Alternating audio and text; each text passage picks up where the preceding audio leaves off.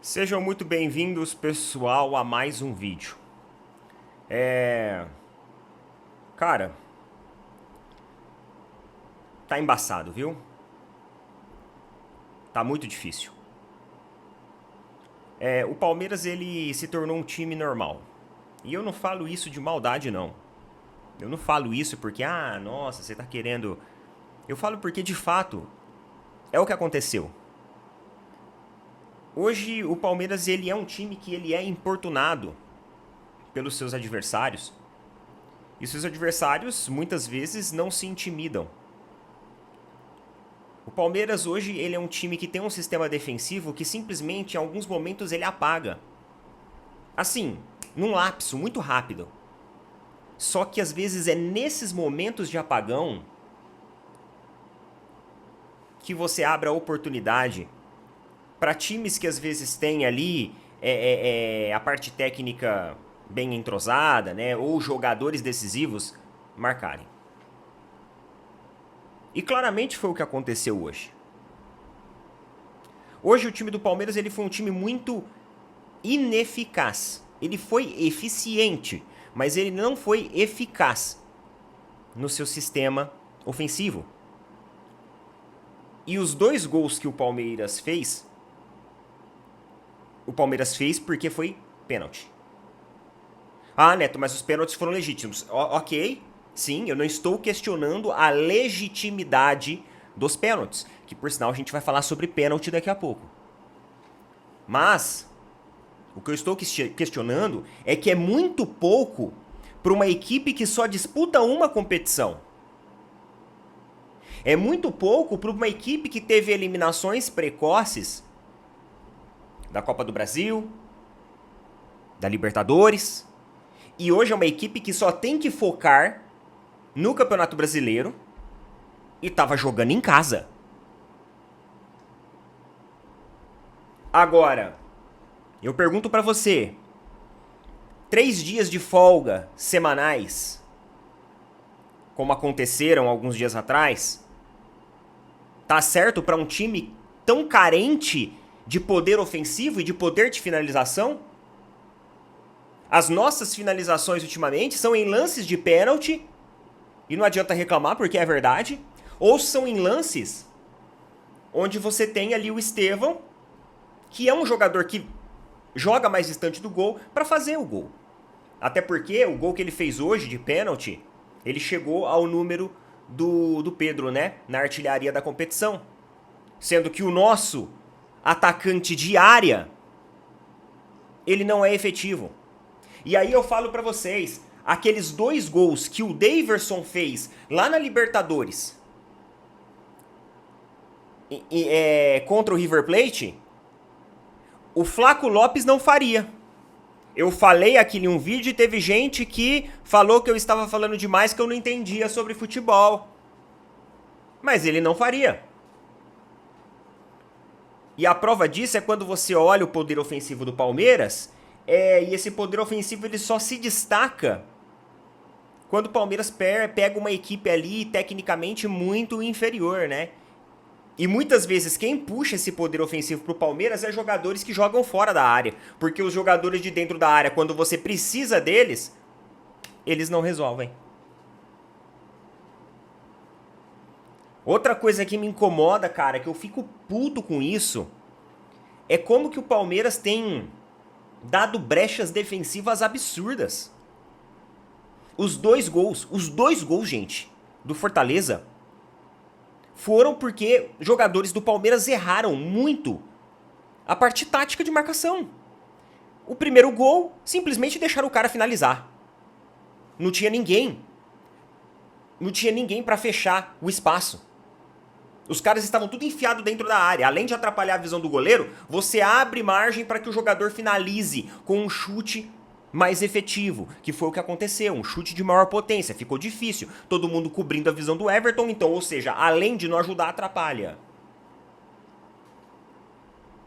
E o segundo gol, simplesmente foi uma tabaquada ali, onde 2 marcadores do Palmeiras foram marcar um jogador, só que esqueceram o espaço do meio livre.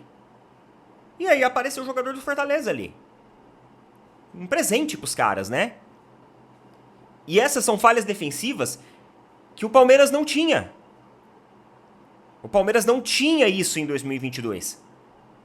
O Palmeiras não tinha isso nem no ano passado, com todas as bobeadas que teve. Agora, esse ano, o Palmeiras se tornou um time normal. O Palmeiras não é aquele time mais que como que eu posso dizer pra vocês? Intimida os seus adversários. Ele é uma equipe normal. E aí mostra-se a necessidade de você oxigenar elenco. Nós estamos vendo Atlético Mineiro, Botafogo, Flamengo nas finais da Copa. Nós estamos vendo aqui, por exemplo, né, o próprio Fortaleza na ponta da tabela, dando trabalho. Inclusive, esse ano foi saldo negativo, né? Porque a gente tomou uma lavada lá. E agora eles empatam aqui. E aí eu pergunto pra você, qual que é o problema agora, Abel?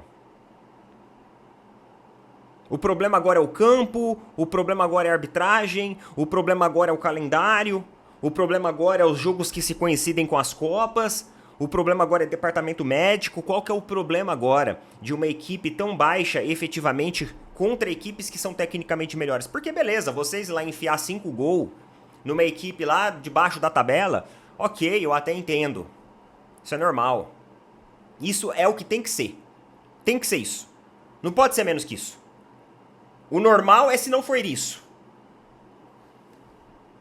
Mas e agora quando a gente enfrenta equipes tecnicamente melhores preparadas? Só que eu também não vou passar o pano aqui para arbitragem não.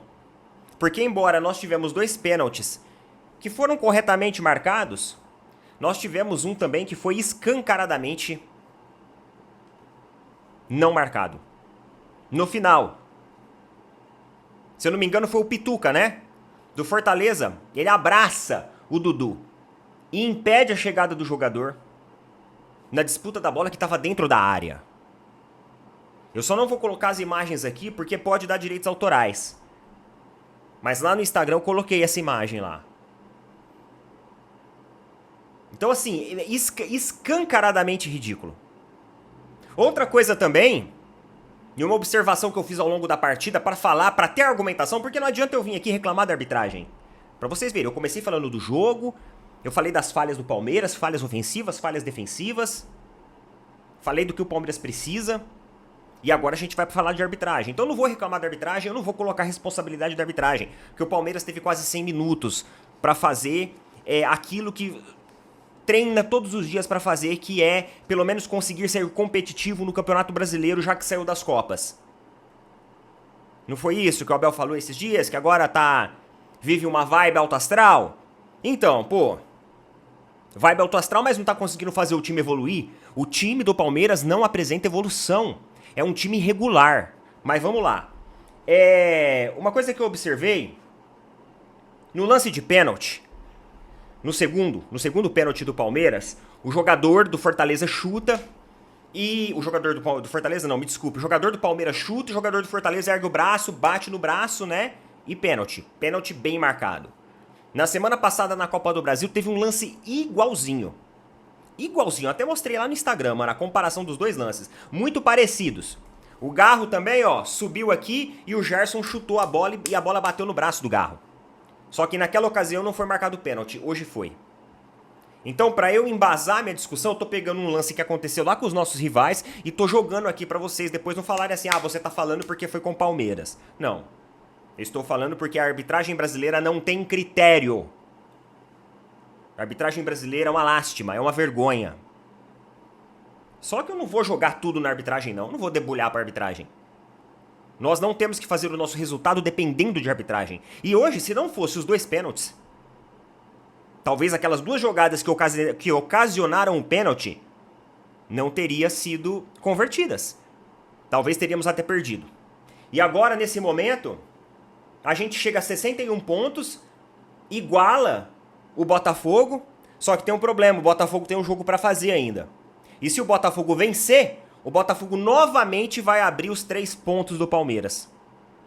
Então assim, os caras agora eles vão vir com a faca no dente para vencer contra o Red Bull Bragantino. E a gente tem que torcer para que o Red Bull Bragantino consiga fazer frente. Porque contra nós o Red Bull Bragantino fez a gente sangrar.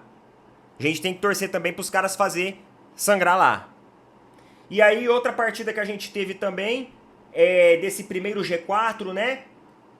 Vai ser a do Botafogo agora, foi a do Palmeiras e Fortaleza, que está em primeiro e terceiro lugar, respectivamente. E também teve a partida lá do Flamengo, que o Flamengo vence por 4-2 o Juventude. Inclusive com 2 gols do Gabigol, que depois de ter sido muito criticado, principalmente no primeiro tempo, né? Posicionamentos ali, impedimento toda hora.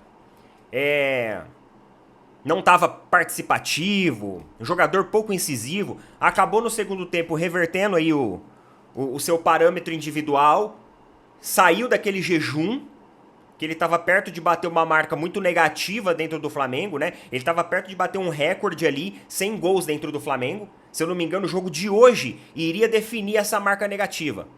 E aí ele espanta esse fantasma aí, fazendo 2 gols. Se eu não me engano, ainda foi muito rápido, né? Um gol foi muito próximo do outro.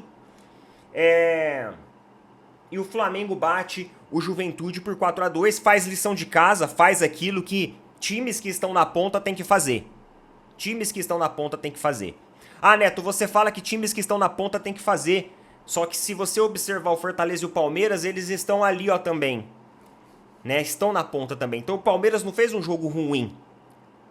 Eu considero um jogo ruim. Eu considero um jogo de pouca criação, de pouca eficácia. Teve força de vontade? Teve força de vontade, teve ímpeto. Só que nós precisamos de algo a mais. E esse algo a mais era para estar e fazer parte do elenco do Palmeiras. Tá? Então, não vou passar pano. Não vou passar pano.